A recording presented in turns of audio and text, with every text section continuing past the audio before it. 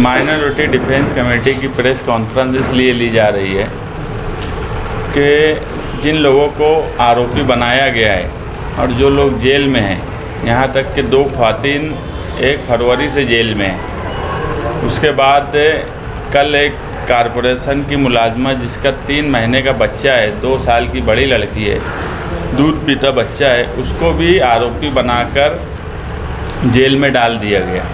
और आगे भी हमको ऐसा लग रहा है कि ये मामला और भी संगीन होता जाएगा, क्योंकि नागपुर का वाक़या होने के बाद कोई भी मामला हो रहा है तो मालेगांव को खींचा जाता और उसमें कार्रवाई सख्त से सख्त हो रही है।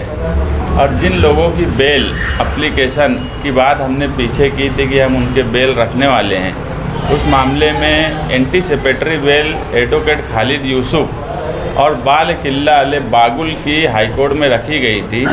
जो हाईकोर्ट की फाइंडिंग आई उस पर एडवोकेट तौसीफ वकील आपको बताएंगे, मगर हालात ऐसे नहीं दिख रहे हैं कि किसी की बेल ईद से पहले मुमकिन है। इसलिए जो भी लोग बंद हैं, हम उन लोगों को पर्सनली भी बोले हैं कि वो ईद के त्यौहार सबसे बड़ा त्यौहार है मुसलमानों का, तो जेल में अपने रिश्तेदार जिनके जो भी लोग हैं उनके कपड़े और दूसरे इंतज़ामात जो हैं वो उनके कर दें। और 31 जनवरी को पहली एफआईआर हुई थी 40 नंबर की, फिर 16 फरवरी को दूसरी एफआईआर हुई थी। करीब 40 लोग आरोपी हैं और 22 से 23 लोग अब तक जेल में बंद हैं।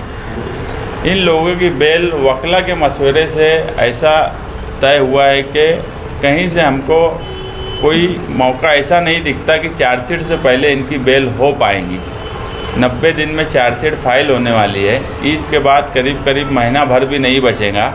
तो अब हम लोगों की सारी कोशिश ये है कि चार्जशीट जैसे ही दाखिल हो और चार्जशीट को आधार बनाकर सबकी बेल एप्लीकेशन दाखिल किया जाए, क्योंकि चार्जशीट के बाद सब कुछ क्लियर हो जाने वाला है कि कौन बांग्लादेशी है, कौन रोहिंग्या है, किसके ऊपर क्या इल्ज़ाम है, किसके क्या पेपर फॉल्ट है। सबके अलग अलग मामलात हैं, क्योंकि इसमें कोई सरकारी मुलाजिम है, कोई कारपोरेशन का सरकारी मुलाजिम है, कोई तहसील का सरकारी मुलाजिम है, कोई अरीजादार है, कोई एजेंट है। तो सबकी सिचुएशन अलग अलग है, सबके जो भी उनके ऊपर इल्ज़ामात है वो अलग अलग है। और सब लोगों का एक साथ मामला, कोई हाई कोर्ट जा रहा है, कोई यहाँ पर है। तो ये सारे मामलात को देखते हुए ये तय किया है कि चार्जशीट के बाद बेल रखेंगे। हमको पूरी उम्मीद है कि अरीजेदार की बेल तो फ़ौरन हो जाएंगी चार्जशीट के बाद, और बकिया लोगों के लिए भी हम कोशिश यही कर रहे हैं कि चार्जशीट के बाद सबकी बेल हो जाए। और जो हालात सबके सामने हैं वो आपको दिख रहा है, सेशन चल रहा है, मगर जिस तरीके से एक एमएलए की नुमाइंदगी सेशन में होना चाहिए थी, या जिस तरीके से उन्होंने बड़े लीडरान से मिलने की कोशिश उनकी होना चाहिए थी, वो कहीं से सेशन का आखिरी वक्त चल रहा है। अभी तक शहरियान को कहीं से भी नज़र नहीं आया कि एमएलए ने इतने संगीन मामले में, आज शहर का सबसे संगीन मामला जिसमें औरतें जेल में हैं, ऐसे मामले में भी उन्होंने कुछ नहीं किया। और सवाल ऐसे लगाए जिनका कोई मालेगांव से ताल्लुक़ नहीं आता। इसलिए हम यही कोशिश कर रहे हैं कि मालेगांव माइनॉरिटी डिफेंस कमेटी के किसी भी तरीके से जो जेल में बंद है उनके लिए राहत जल्द से जल्द हो जाए, और जो लोगों के ऊपर कार्रवाई होने वाली है ऐसा लगता है, उनकी हम किस तरीके से मदद कर सके उस पर हमारी अभी प्रेस कॉन्फ्रेंस से पहले मीटिंग भी हुई।